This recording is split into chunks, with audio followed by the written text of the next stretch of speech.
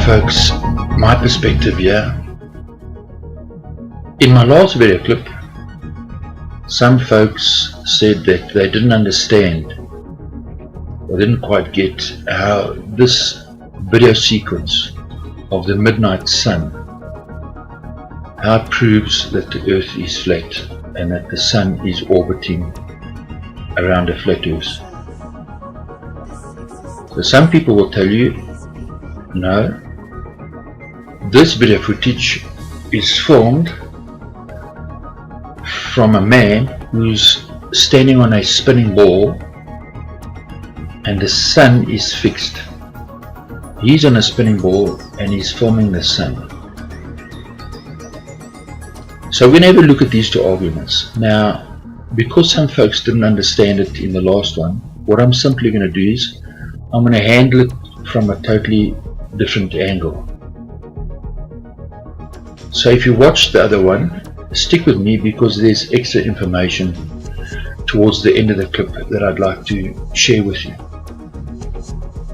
So let's have a look. Is this filmed from a man on a spinning ball? So let's look. So remember, the sun is fixed at the earth center and the earth is leaning over 23.4 degrees and the man, he's turning in a circle and he would be filming the sun. So what would he see? Would he see that sequence that we saw? So let's look closer at the man and the earth if he was on a spinning ball. You see, if the man was on a spinning ball, he's spinning around the North Pole, which is the red arrow. The mountains would rotate around him. You see the numbers rotate around him. But he's always looking forward. He's looking in the same direction. He's not looking behind him. He's facing the same direction. He cannot turn around and film behind him. Right? It's easy to understand. And now look at his angle. You see he's leaning over backwards, then he leans over sideways, then he leans over forwards, sideways and backwards and so forth. In other words, if we connect that video footage to his orbit, this is what he would be seeing. So he's turning, he's leaning over, now he's upright, and now he leans over to his right, left, and he's upright again, and the sun's on the horizon. Then he leans over to his right. So this footage is vertical with the man. From this angle, I'm just showing it to you from this angle in the animation.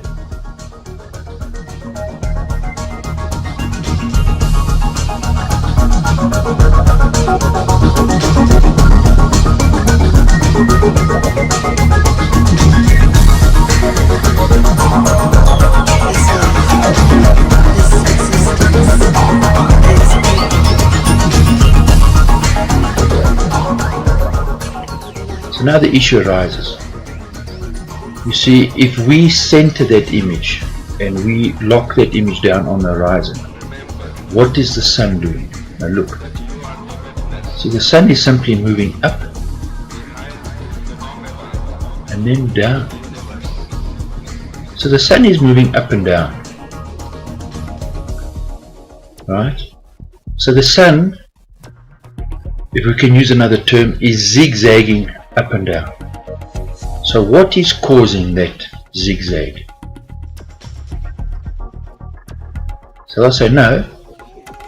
What's causing that is the tilt, the 23.4 degree tilt of the earth, because the man is leaning backwards and now he's leaning forwards. Then he leans backwards and forwards, that's what's causing the tilt. Well, then you have a big problem. You see, the man, if the tilt, if that is caused by leaning backwards and leaning forwards, you see he's leaning the same distance to the left and to the right. How can he only register his backwards and forwards motion?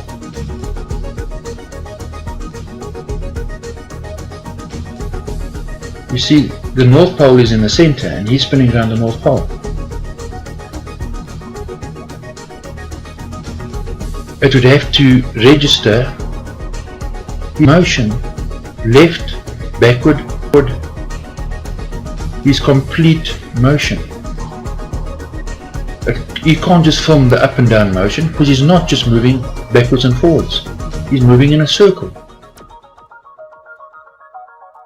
So, the sun then, if he was on a spinning ball, should move in a circle. Now listen carefully. Some people, even in the flat earth community, don't want you to look at this video footage and analyze it. They'll say, no, the sun is too far away for it to show any motion. The point is, it is showing motion in his video clip. The sun is moving up and down.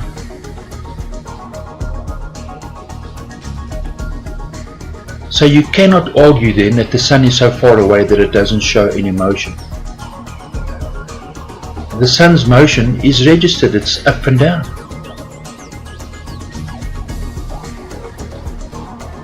So that argument goes out the window. So now I've created an animation, exactly what the man would see. Now I've locked a camera onto him. This is the same motion that we saw earlier, and that's simply what the cameraman would see. So the cameraman would see the sun moving in front of him like this. And the earth and the mountains is turning around the man. The numbers there, 1, 2, 3, 4. They're orbiting, they're rotating around him. This is not what we're seeing in the footage. We do not see this. What we are seeing is a man who's turning and he's filming the sun orbiting around his position. So I've lined up when the sun is on the horizon and he's slightly off-centered. So the sun goes up and the sun goes down. So now what is causing the sun to move up and down? See, the sun is moving up and down. So how's that work? What is causing that? Well, it's the sun orbiting around him.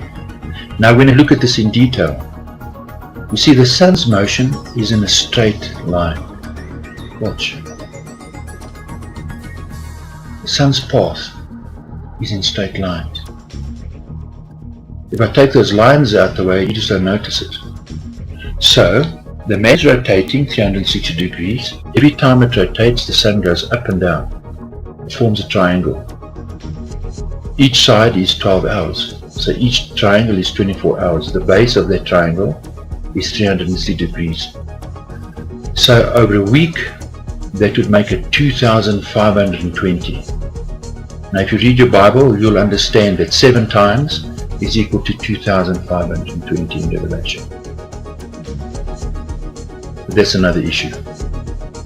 So now if I take those triangles,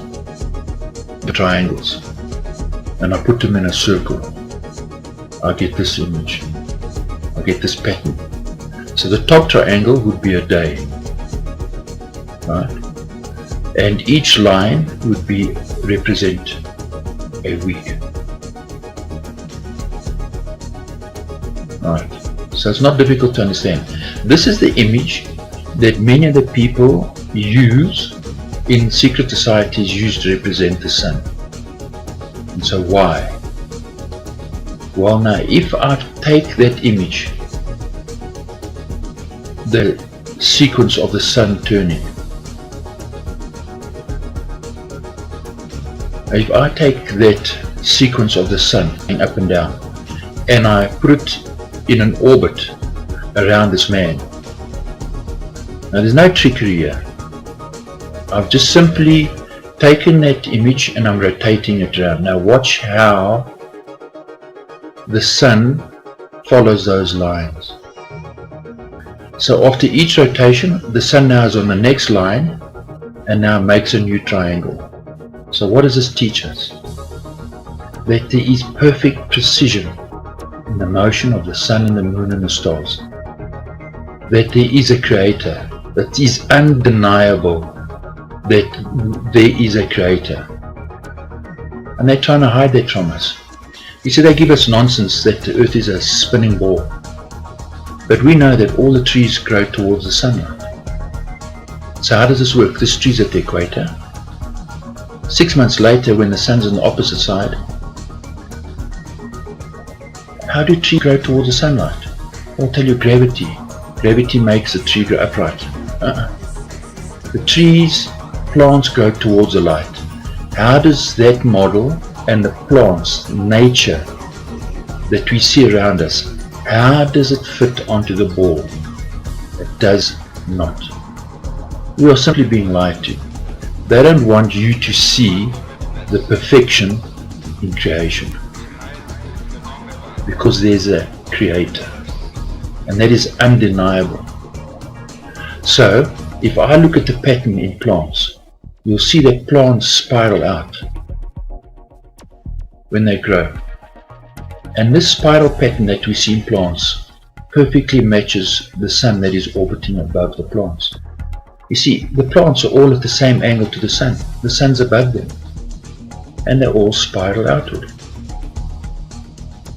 If we take our time and we look at the creation, and it's awesome, we'll start to see the creator's hand. Look at this tree. This tree is split, and it's split in a spiral because it's twisting, because the sun is orbiting overhead. So if we just look at the patterns that we have in creation, and we put them together, we will see that it all makes sense, because the sun is orbiting above the flat earth.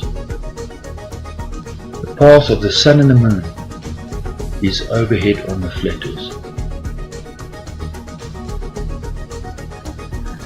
We need to take time to look at creation and to thank the Creator for creating us, and to open our eyes and to show us, and to teach us about His creation. And He will.